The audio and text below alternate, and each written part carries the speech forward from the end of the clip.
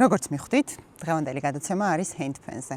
ინსტრუმენტზე, რომელზეც ორივე ვართ სიგიჟემდე შეყვარებულები. და ჩვენი პრინციპში მთავარი ჰობია, მე ესე ვიტყოდი, ჩემთვის მთავარი ჰობია. ჩემთვისაც. ხო. და სხვათა შორის ჩვენი დღევანდელი გადაცემის ფარგლებში ნახავთ ჩვენი ახლად შექმნილი ჯგუფის ჰანგის შიდა სამზარეულოს კადრებს. ლაშა. რამდენი ხანია რაც handpan-ს უკრავ? ჟურნალისტი ხარ შენ? ხო. მე უკრავ სადღაც 9 თვეა. მაგრამ დაინტერესებული ვარ აი გოგა ხაჩიძე იყო პირველი ვინც დავინახე რა 14 წლის წინ მაი ვიდეო რო იყო. მაიხაც არ მეგონი მაი ვიდეო. 14 წლის წინ უყურებდი ყოველ დღე ჩავთავდი მაი ვიდეოს და გოგა ხაჩიძე როგორ უკრავდა ამ ინსტრუმენტს და გაოცებული ვიყავი და ვეძებდი რომ მეპოვნა რა ინსტრუმენტი, მაგრამ მაშინ საქართველოში არ ეშოვებოდა. მაშინ კი არა ერთი რამოდენიმე წელია შემოვიდა თურმე. და მაქედან მოყოლებული აი ოცნება მქონდა რომ ოდესმე აუცილებლად დაუკრავდი და სულ შეგრძნება მქონდა რომ ვიცოდი ამაზე დაკვრა. და მე პეტრესთან რომ მივედი თურმე მართლა თურმე რაღაც ხო ალბათ გონებაში უკრავდი და მართლა მცოდნია რა და მოდი ვიტყვი რას გსოფ ამ ინსტრუმენტზე დაკვრვის დროს. თუ გინდა შეგიძლია გითხრა. ანუ ნახე როგორ მე რას გქნობ და მე შენი თქვი რა. როგორ ხასიათზეც ხარ და რა ემოციებიც გაქვს. ანუ შენი ორგანიზმიდან და გონებიდან და ენერგიიდან უშვებ.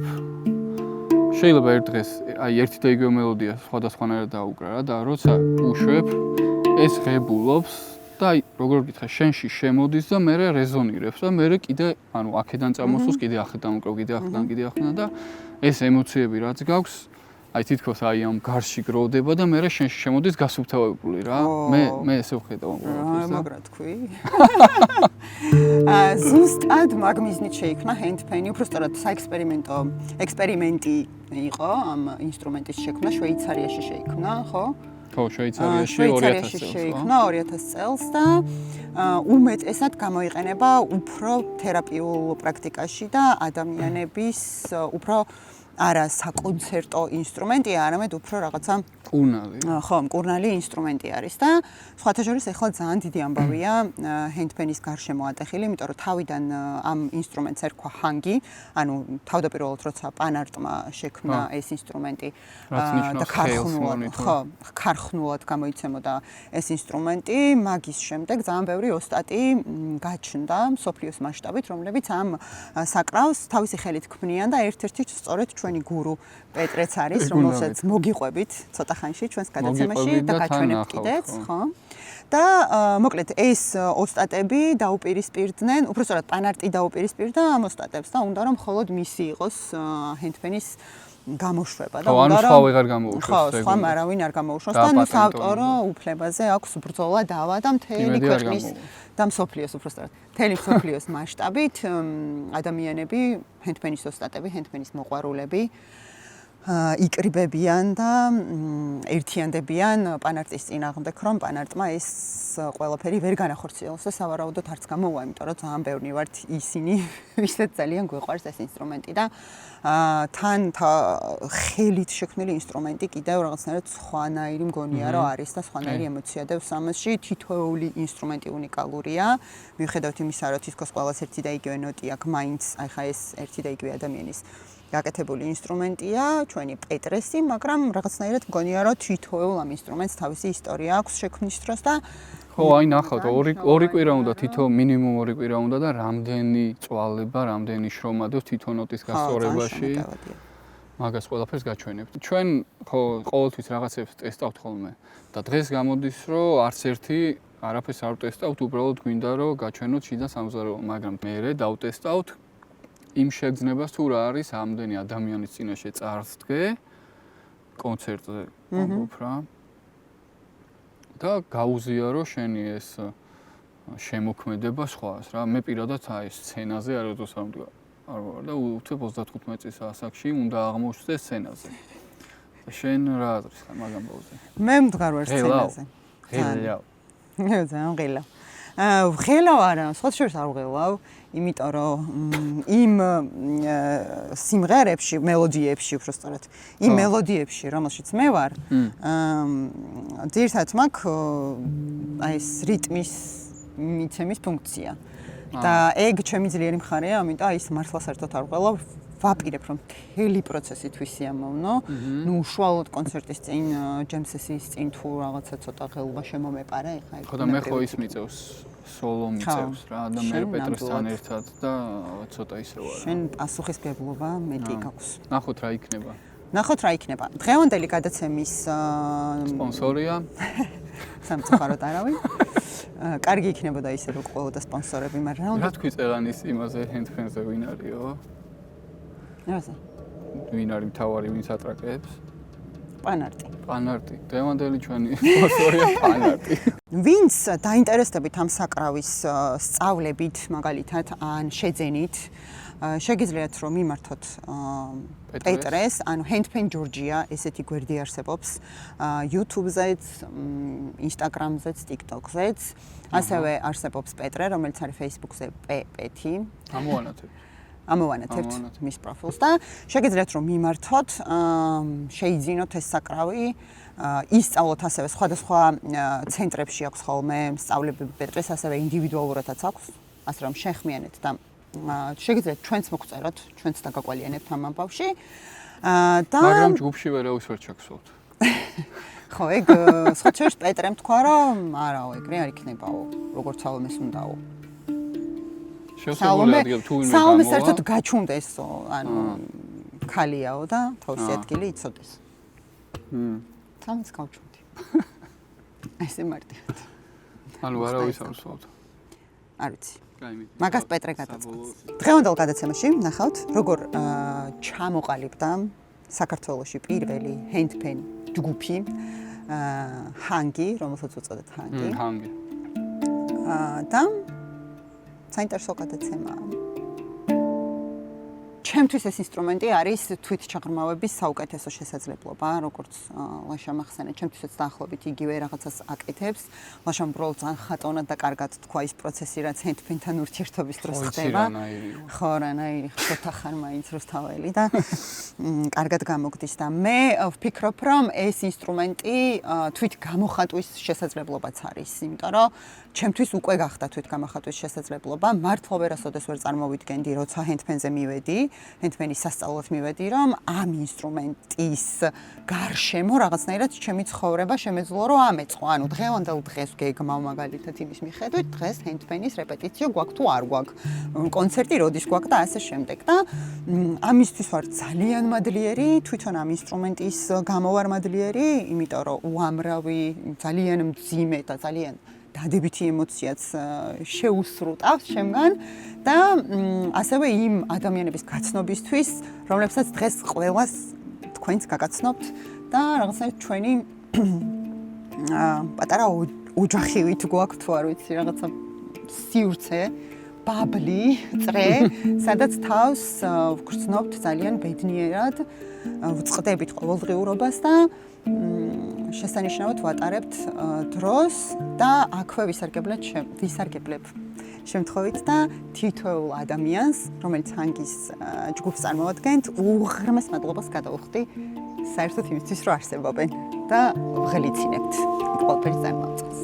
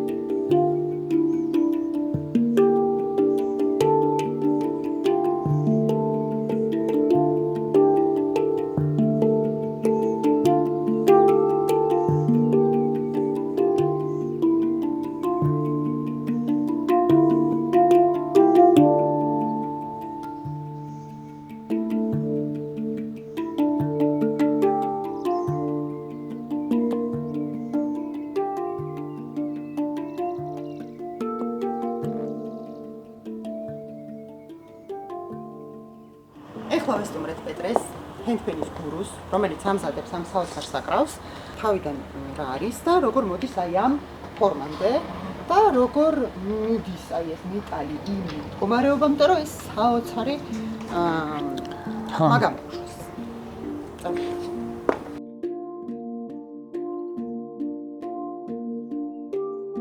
გამარჯობა. როგორ ხარ? გადასარევად. ეს არის შენი სამფლობელო?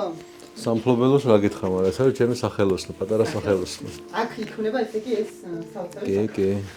თქვენ ხედავთ უკვე ფორმაში მოყვანილ მეტალს, რომელიც იმ დანადგარში გარეთ რასაც გაჩვენებთ, იმ დანადგარში იბერება წნევით და წყლით. და ეს სათითაო ნოტი გამოდის ესეთი პატარა რკინის ფორმებია, იმ ფორმებს ვაკრავ ამაზე და პრესით პრესავ. ჩვეულებრივი მეტალი არ არის, უჟანგავი ფოლადია. ეს არის ღუმელი, რომელიც მაღალ გრადუსზე მუშაობს. შეიძლება აიწიოს სადღაც 800-მდე, მაგრამ ჩვენ ამ შემთხვევაში არ გვჭირდება. და აქ ხდება ამ მეტალის გამოწვა. პირველად 2 საათით იწვება, ოღონდ სხვადასხვა ტემპერატურაზე, პირველად მაღალ ტემპერატურაზე და შემდეგი 3 უფრო შედარებით დაბალ ტემპერატურაზე. გამომწვარს ვათავსებ აი ამ ყალიბში. შემოაქვს სატუნინგო ოთახში, ვატუნინგებ, მე გამომაქ ერთ ტუნინგს მორჩები, მთლიან ყველა ნოტას დავატუნინგებ. ტუნინგის პირველი ტუნინგის მერე ვიღებ ამ ყალიბიდან, შემოაქვს ხუმელში 2 საათით ვწვავ, შედარებით დაბალ ტემპერატურაზე. გამომაქვს ისევ ვათავსებ ამ ყალიბში, შემოაქვს ვატუნინგებ და ასე ვაკეთებ 4-ჯერ. მოკლედ აი სალომე, შენ რო გაინტერესებდა როგორი ფერი ქონდა თავიდან, აი ასეთი ფერი აქვს. ანუ ეს არის წნევის შედეგად მიღებული სივრცული რაღაც, რაც ხო, აი წნევა დაახლოებით ასე ბერავს, მე წნევით გაბერვის შემდეგ მაინც ჰაერის ჩაქუჩით კიდევ ბერავ ამას. აი ამ დანადგარში, აი ესეთი ფურცელი. აიქაც ესეთი სწორია. ამ წყაროდან წნევით ჩაედინება წყალი. თითოეულ საკრავთან მიწევს სადღაც 2 კვირა ყოველ დღე ურთიერთობა რა. ანუ ერთი საკრავის გაკეთება სჭირდება საიმსრული ციკლით 2 კვირა. მინიმუმ 2 კვირა ჭირდება, ხო. შუაში რაღაც ჩაღრმავებებიც აქვს მგვალი. იმას ამ პრესით ვაკეთებ და ირგვლივაც რაც აქვს, მე ვატრიალებ და ამასაც პრესავ და ის ფორმა ამ პრესით გამოდის მოკლედ რა. ძალიან მარტივია. მარტივად გააკეთებს ყველა. ხო. შეუძლიათ. ანუ წარმოვიდგინე, ანუ ხელნაკეთი არის რა სრულიად ეგრე გამოვიდა. ხო. ანუ ფოკუსი არის ჩვენზე? კი, ხო, მაგარია. და მე აი ამ პროცესის მერე აი ამას რო ჩააღრმავებ, მე იმას ალბათ ადებ ზევიდან, ხო? ანუ ქვედა ნაწილს და ზედა ნაწილს ზევიდან ადებ და მე იწყება ტუნინგი თუ არა? არა. არა. მე ამ ყველა აი ამ ფორმებს რა ნოტებიც გვჭირდება, ხო? ყველა სხვადასხვა ნოტი ახლა აქვს. ამ ფორმებს რო გამოვიყვან და ფორმა მიეცემა ვიზუალურად გარედან, ხო?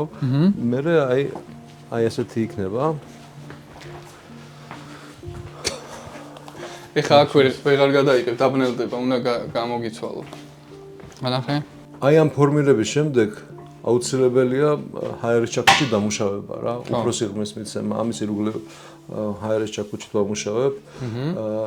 იმიტომ რომ ეს აუცილებელია ჟღერადობისთვის, საუკეთესო ჟღერადობისთვის და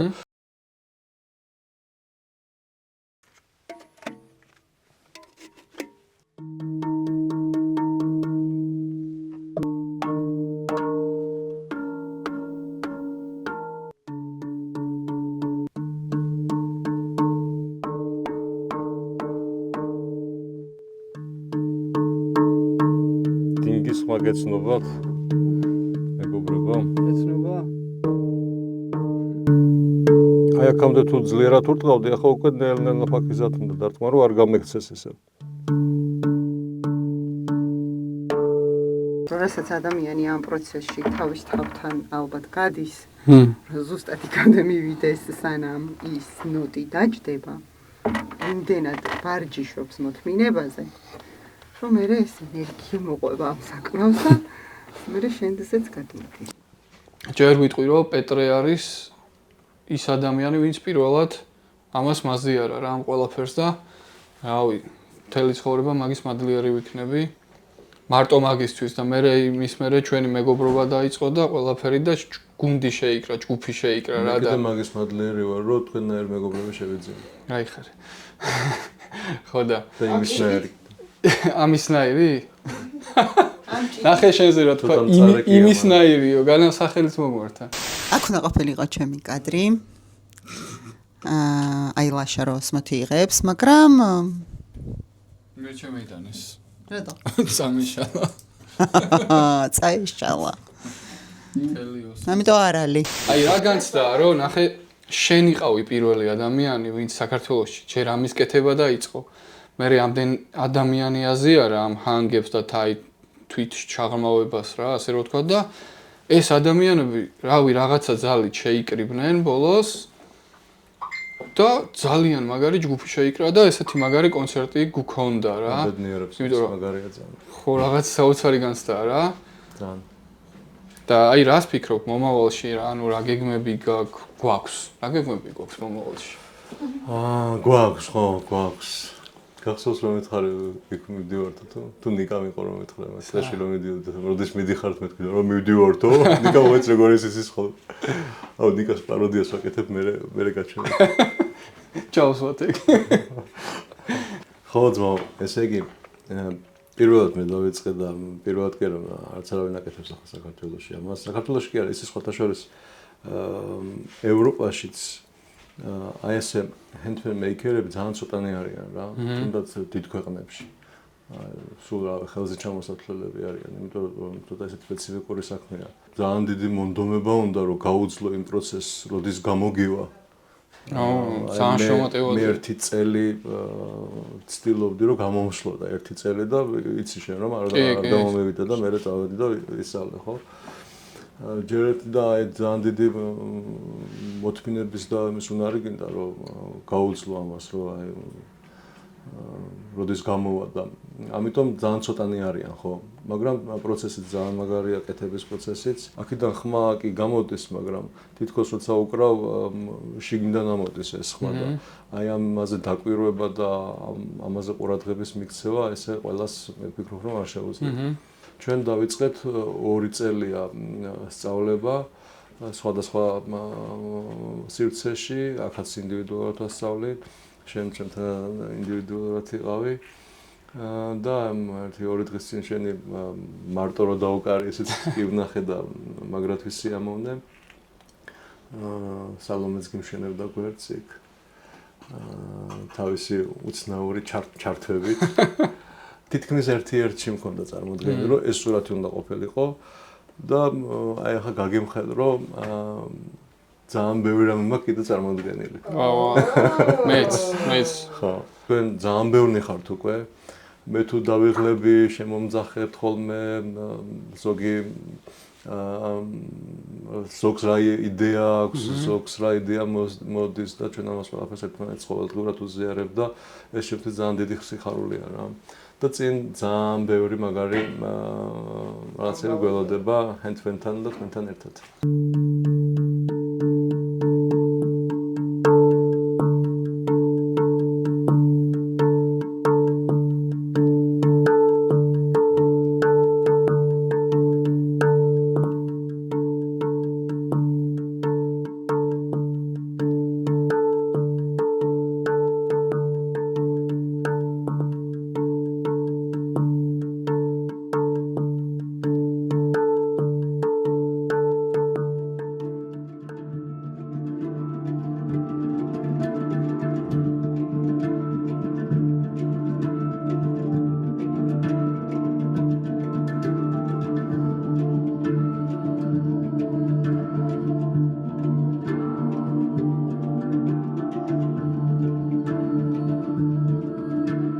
მოვედით handpan-ის jam session-ისთვის ვამზადებით. ხვალ გვაქვს პირველი კონცერტი და დღეს გვაქვს გენერალური რეპეტიცია.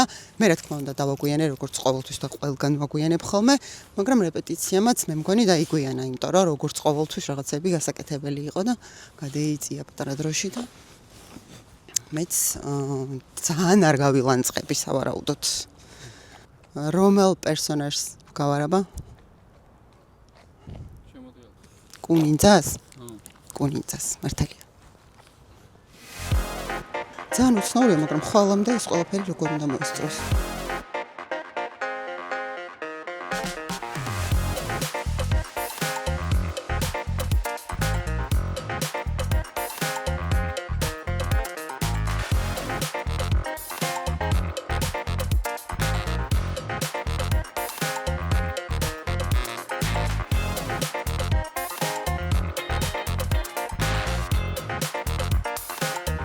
რეპეტიციის სამზადისია და საუნდჩეკი და ეგეთები და მატარებლებს ვწევთ ხელით.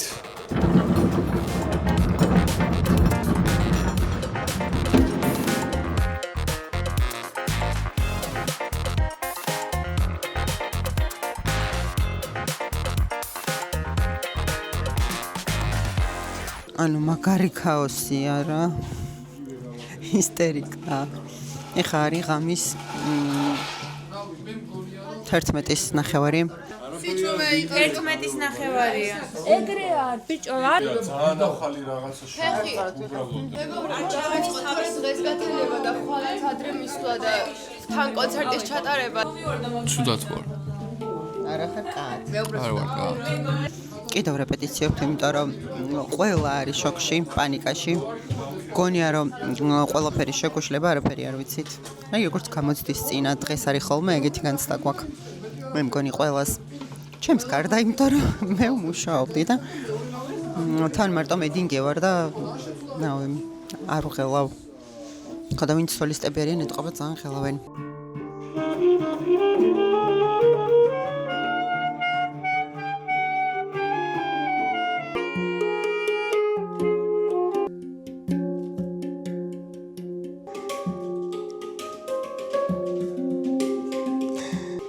გადამღები.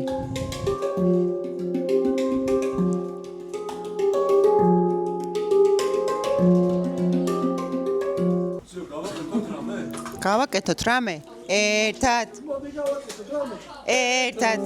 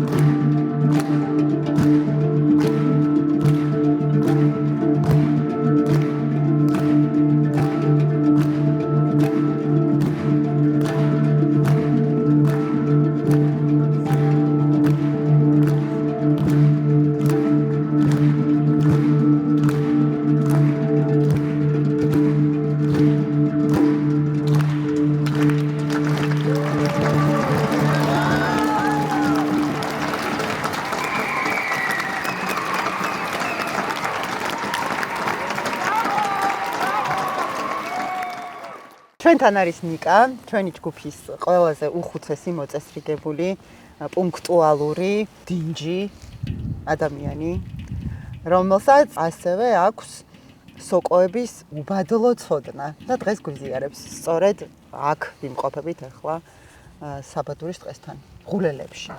ღულელებთან უფრო სწორედ და მოგვიმზადა უგემრიელესი რა ერქვა იმ სოკოს? მიქლიო. ხო და ეხლა გვინდა რომ გაგვიზიარო როგორი იყო შენთვის ეს კონცერტი? ესეთი ტიპის პირველი კონცერტი იყო და ზოგადად ეს ინსტრუმენტი ჩემ ცხოვრებაში მივხვდი იყო რაღაცა, რაც პრინციპში მაკლდა. ძალიან დიდი ხანია ვფიქრობდი ამ ინსტრუმენტის შეძენაზე და აი თითქოს ციდან ჩამოვარდა, რაღაცა სკროლავდი რა იმაზე. სოციალურ ქსელში და უცებ ამომიგდო აი ეს პეტრეს გაკვეთილები და ჯგუფი და ნუ რა ვიცი, ეს იყო დიდესი რამ ჩემთვის რა. ეს გადაწყვეტილება რომ მე გადავწყვიტე რომ მეცად ეს.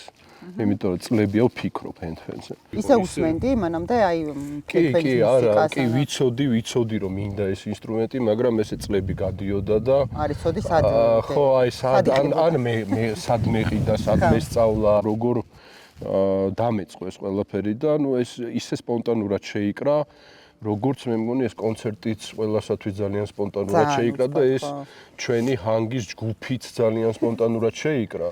როგორც ყველა მელოდია პრინციპში, იმიტომ ეს მელოდიები არის რაღაცები, რაც ვისწავლეთ ჩვენი ამ ჯგუფში ყოფნისას და რაღაცა ვარიაციები გავაკეთეთ ამ მელოდიების, მე ერთად რაღაცა შეიკრა აბა ეს დაუკარი, შენ ეს დაუკარი და ყველა მელოდია არის რეალურად რაღაცა იმპროვიზაცია, რომელიც შეიკრა თვენახევარში, ნუ აი ჩემთვის წარმოუდგენელია, რომ ესე რაღაცა ჯერ კვირაში ერთხელ რეპეტიცი თუ ორჯერ რეპეტიცი მერე მივაყარეთ რა თქმა უნდა ღამეები ვათენეთ მაგრამ ნუ კონცერტი შეიკრა და დაიდო ესე ვთქვათ რაღაცა აი სასწაული რა ყველა ემოციურად ვარ და დღემდე მე მგონი ეს ემოციები ვერ ჩაქრა ხო ესია ხო არა თქვენთვისაც ეგრე არის ჩემთვისაც ეგრე არის რა და მე ზოგადად სიახლეები მიყვარს ეს ჩემ ცხოვრებაში არის სიახლე და ყველა თქვენთაგანი არის სიახლე და იმდენად მიხარია რომ გაგიცანით ყველა და რაღაცა ეს გუნდი შეიკრა და ეხა ერთად ავარ და მე ვფიქრობ რომ დიდი მომავალი აქვს ამ ჩვენ გუნდს იმიტომ რომ აქვე ეკითხვა მაგ აი აღქმასთან დაკავშირებით რა მე ხო ვამბობ მე ხო ვარ ჩვენი ჯგუფის კარისკაცი რომ არავის არ უშვებ ახალს და შენ რას ფიქრობ ანუ ახალი ადამიანები უნდა შემოვიდნენ ჩვენთან ჯგუფში ჰანგში თუ ველი დახურული მე ვფიქრობ არა მე ვფიქრობ რომ უნდა იყოს დახურული თუმცა ცხოვრება ისეთი არის ცოტა ვიტყოდი ლიკვიდური არის იმ კუთხით რომ ეხა ვიღაცა შეიძლება რაღაცა მოხდეს და ვიღაცა გამოგვაკლდეს ხო ვიღაცა შემოგვემატოს ანუ ეს ჩვეულებრივი პროცესი არის ხო თუმცა არ მიესალმები ახალი წევრების არა მე ვფიქრობ რომ ეს კონცერტი რაც შეიკრა და ეს გუნდი ვინც ვიყავი და ვინც გავატარეთ ეს დღეები ერთად ეს არის ჩვენი გუნდი და ეს არის ჩვენი გუნდის რაღაცა ერთობა ხო გასაგებია ბატონო პეტრე ეს დავშიდა შენსავით მე ვიგაწეთილი მაგ არა, მშვენივრად გამოიყურებ. ჩვენი შემდეგი სტუმარი, გახლავთ ნიკა. ნიკა არის ჩვენი ჯგუფის მოტოციკლეტისტი. ხო ყავს მოტო. ხმამაღალი ნათქვამია ხა მოტო. ნუ ხო რა, მოტო ყავს. ეგეთი ფეხსაცმელები წაცვია, აია ჩვენი. ზოგჯერ. და თავისი ჰენდმეიდ მოვიდა ეს ჩვენი ჰენდმენები არ მოეწონა რატომღაც. მე ხელზე მართას ნახატი მაქვს და ბოდიში ხდი ესეთი ნახატისთვის ნიკა გისმენ სალი როგორი იყო შენთვის კონცერტი საბოლოო ჯამში კი კმაყოფილი ვარ მართლა თვენახევარში ისეთი შედეგი დავდეთ რომ ძალიან იშვიათია პრეცედენტი შედგა იმ ეტაპამდე რომ მოხდი რომ ჰენდფენით კონცერტი გქონდა ჩაატარე ჯემ სესია და რა ძალიან ბევრი ადამიანი დაესწრო შენს დააკვრას ანუ ამას აი ესე წარმოიდგენდი როცა ეს ჰენდფენის სწავლა დაიწყე, ანუ შენი განზრახვა იყო, რომ აი ამ საქმეს ესე სერიოზულად. სადღაც ხა მე და ჩემი ცოლი რომ შემოვედით სასწავლად, სადღაცა ის უკვე დაშვებული გქონდა, რომ ერთად რაღაც სადღაც, ოდესღაც გავაკეთოთ. მაგრამ ესე უცებ და ესე მასშტაბურად და ამდენ ხალხთან ერთად და თან ასე ну გავთამამდები და ვიტყვი რა საკმაოდ ნორმალურ დონეზე. ძალიან ნორმალურად, ლაშას უყარს ეს სიტყვა. ამას ნამდვილად ვერ ვფიქრებდი. მაგრამ რაღაცა იდეები და რაღაცა ხედვები შორიდან იკვეთებოდა.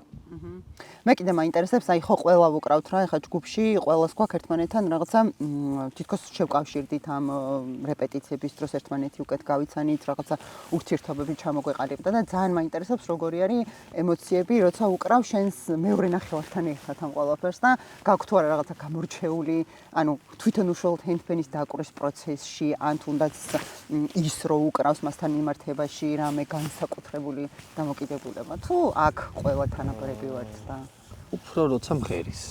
ხო, ამაყობ. სახლში ორი ჰენდპენი არ გვაქვს. ვერ ჩამეიტანე. ვერ ჩამევიტანეთ.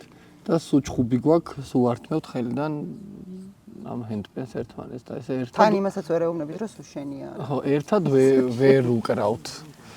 მაგრამ როცა მღერის ნამდვილად სიამაყით ვივსე. აჰა. ხო, ჰელენი არის ვოკალი ჩვენ ჯგუფში ერთ-ერთი ვოკალი და არა მარტო ვოკალი. და არა მარტო ვოკალი და ეხლა დაუძახებთ მასაც მე ვიყვან. შემდეგი ჰელენი. ეხლა შენ მოგვიყევი პირველ რიგში კონცერტის ემოციები და რას გრძნობ ჰენდპენს რო უკრავ მაგ დროს. აი აქ და ახლა ვარ რა. ხო. ზოგისთვის არ ვიცი შეიძლება ძალიან გაცოთელი ფრაზა არის, მაგრამ ძალიან მნიშვნელოვანია ეგ რა, მაგალითად რაღაცაზე რო შფოთავ ნერვიულობ და გინდა რომ უბრალოდ ფიქრები გააჩერო, ესე მარტივი არ არის ხოლმე ეგ რა და აი ჰენდფენი რო ამიღიო თქვა მაგ დროს ყველაფერი წყდება უბრალოდ ხარ სადღაც არ ვიცი რაღაც საოცარ ვიბრაციებში და თითქოს გრძნობს ეს ვიბრაციები როგორ გკურნავს რა. ფოკუსი არის ჩვენი ჯგუფის ჰანგის მთავარი ბუღალტერი კეთი დღეს მოგვიყვება თავის ემოციების შესახებ. რას გრძნობს ზოგადად ჰენდფენის დაკვრვის დროს? და კონცერტის სულელობის დროს რა იგრძენი და მის მერე როგორი ემოციები დაგჭირა? კონცერტის დაწყებამდე სულ ნერვულობდი ხომ ბავშვობაში და ეხაც იგივე შეგრძნებები მქონდა, მაგრამ მახსოვს რომ დავსხედით და რაღაც წინასწარ რო წაიკითხეს, აი რაღაცა წრე რო შეიკრა ჩვენ შორის ველში და იმ ველში ვიყავით ყველა და გონებითაც იქ ვიყავით, სხეულითაც იქ ვიყავით და რაღაცა ყველა ერთად ვიყავით და აი აბსოლუტურად ყველანაირი ნერვულობა გაქვს რა. მე ერთდროულად მოვიდა სიამოვნებაც, ანუ მე დადარწმუნებული ვარ დანარჩენებიც ეგრე იყვნენ, რომ მე მაგალითად საკუთარი სიამოვნებისთვის უკრავდი და მივხვდი, რომ მე თვითონ ძალიან ვისიამოვნე. კონცერტის მერე მივხვდი, რომ კონცერტის ტაშით მოვიწამლა, იმიტომ რომ ძალიან სასიამოვნო იყო, რომ იგივე ასოციაციები და შეგრძნებები დაუტოვეთ მაყურებელს, რაც ჩვენ თვითონვე ვიგრძენთ. ანუ ჩვენ რასაც გრძნობდით დაკვრვის დროს, იგივე გადავეცით მაყურებელს და ეგ ძალიან კარგი შეგრძნება იყო და იმდენად მოვიწამლა, რომ კიდე მინდა. იქნება უეჭველი. კიდე მინდა. ხო იქნება პეტრემას. უეჭველი ახალ წელს მინიმუმ.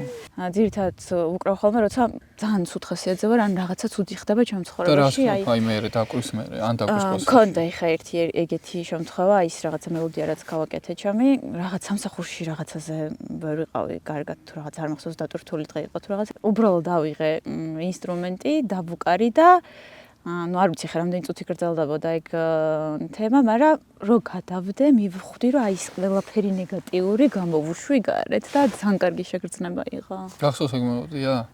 კი. მიდიება? მაგის დაკვრას ვაპირებდი დუეტში მე და პეტრე. აუ ამაზე სახელიც დავარქვი. კინცუგი. არის იაპონური მეთოდი არის ჭურჭლის გამთელების ეს ოქროს იმებით მტვრის ნაწილაკებით რომ ამთელებენ ხოლმე და იმიტომ დავარქვი, აღარ მაშინვე დავარქვი, რომ რაღაცნაირად თითქოს რაღაც დაშლილი ვიყავი, ცუდად ვიყავი და მაგ მელოდიამ შემკრა. მე რაღაც ეგეთი შეგრძნება იყო და ვოისიც შევწერე და ეგრევე სახელი დავაწერე, რომ არ დამიწყებონა. ყველამდვილად ვიცი.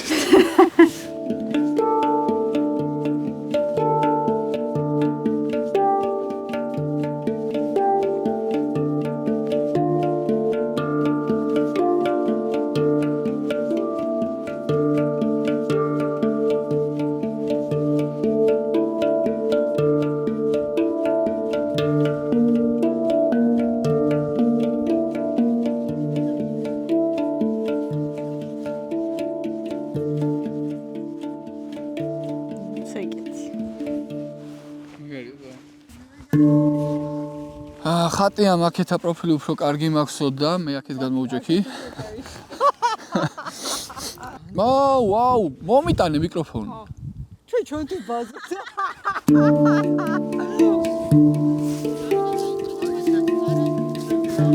ისეთი რაღაცები თქვილა შეშენზე რომ იმედი არ მოусმენ მე. შენ თმები? კი, ძალიან სულად გაქ. რა? გაიგე ხომ, მიდი. ჩვენი ჯგუფის თავარი არქიტექტორი ხატია. ანუ ჰენდპენზე დაკვრა არის ჩემთვის განტვირთვის საშუალება. აი რო ვუკრავ, საერთოდ აღარ ვფიქრობ არაფერზე. აი და ვიღებ ძალიან დიდ სიამოვნებას და თითქოს ეს ჩემი პრობლემებიც ყველაფერი ქრება და აი თითქოს აი გამოვიძინე რაღაც 5 საათი ან 6 საათი აი და დღეს თავიდან ვიწყებ. აი ეგეთი შეგნებები მაქვს ხოლმე. და აი კონცერტის დროს რო ეს ველი შეიკრა. მაგ დროს აიგზენი. თავიდან რა თქმა უნდა რაღაც თითქოს პასუხისმგებლობაც იყო, რაღაცა ცოტა ხელოაც, მაგრამ აი როგორც კი მართლა დავსხედით, თითქოს აი ჩემთვის უთხარი რომ მოდი არაფერზე არ ვფიქრო. დაუკარი ისე როგორც რეპეტიციებზე არა, ანუ რეპეტიციებსაც ვერ დავარქმევდი ხა, იმას რასაც როცა ჩვენ ერთად ვუკრავთ ხოლმე. ეს არის ხოლმე უფრო ჩვენი თავისი სიამოვნებისთვის ხო, ჩვენი თავისი სიამოვნებისთვის ვუკრავთ ხოლმე და აი თქვი რომ აი თითქოს ერთ-ერთი ესეც საღამოა. და ნუ არა სხვებისთვის, არა მოდი აი საკუთარი თავებისთვის, აი თვითონ მივიღოთ სიამოვნება და მე ეს ამას მაყურებელიც იგრძნობს. და მართლა ისეთი ველი შეიკრა, რომ აი არანაირი ხელო აღარ იყო რა იქ და იყო ერთი დიდი სიამოვნება და პრინციპში მაყურებელმაც იგრძნო რა ეს ყველაფერი და ყველა აღნიშნავდა მაგას, რომ აი ეს ერთიანობა იგრძნობოდა. ჩვენი შემდეგი სტუმარი გახლავთ თამუსი, ჩვენი რეპეტიციების ძირითადი მასპინძელი, ვისთანაც ვუკრავდით და ეხლაც სახალხოდ და საქვეყნოდ ძალიან დიდი მადლობა იმ სივრცისთვის, რომელსაც გვითმობდი.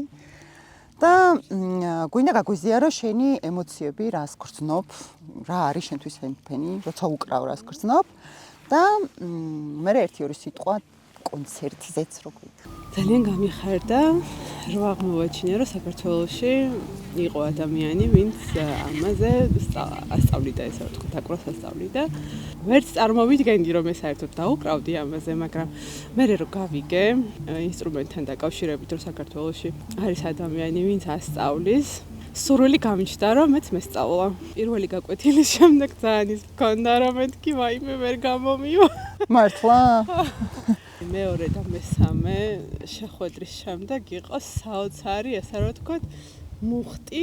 აი ესეთი შეგრძნება მაქვს ხოლმე, აი თითქოს სხვა სამყაროში გავყავარ, თითქოს სხვა ჩემი თავი დავინახე, სხვა ჩემი თავი აღმოვაჩინე. როგორია, უფრო მშვიდი თუ? უფრო მშვიდი, უფრო ზემოდან ვუყურებ თითქოს რაღაცა პროცესებს. რაცაზე შეიძლებოდა ძალიან ის ყოფილიყავი, აი ჩაციკლული. რაღაცებს გავლენა მოეხდინათ ჩემზე რა, მაგრამ როცა აი იმდანაც სიმშვიდეში შევყავარ და ისეთ რაღაცაში გადავყავარ, რომ აი თითქოს ნეტარებაში გაგდებსო რა, არ ვიცი. შეიძლება ეს ჩემი პირადი დამოკიდებულება ამ ინსტრუმენტთან შეიძლება სხვას არ ქონდეს ეგეთი დამოკიდებულება, მაგრამ ჩემთან ეს მოხდა რა, ჩემთან პირადად და თითქოს ჰენდპენმა გაგვაერთიანა ამდენი ძალიან საინტერესო ადამიანი და ძალიან მაგარია რა. ძალიან მაგარია ცხოვრება. გამორთე.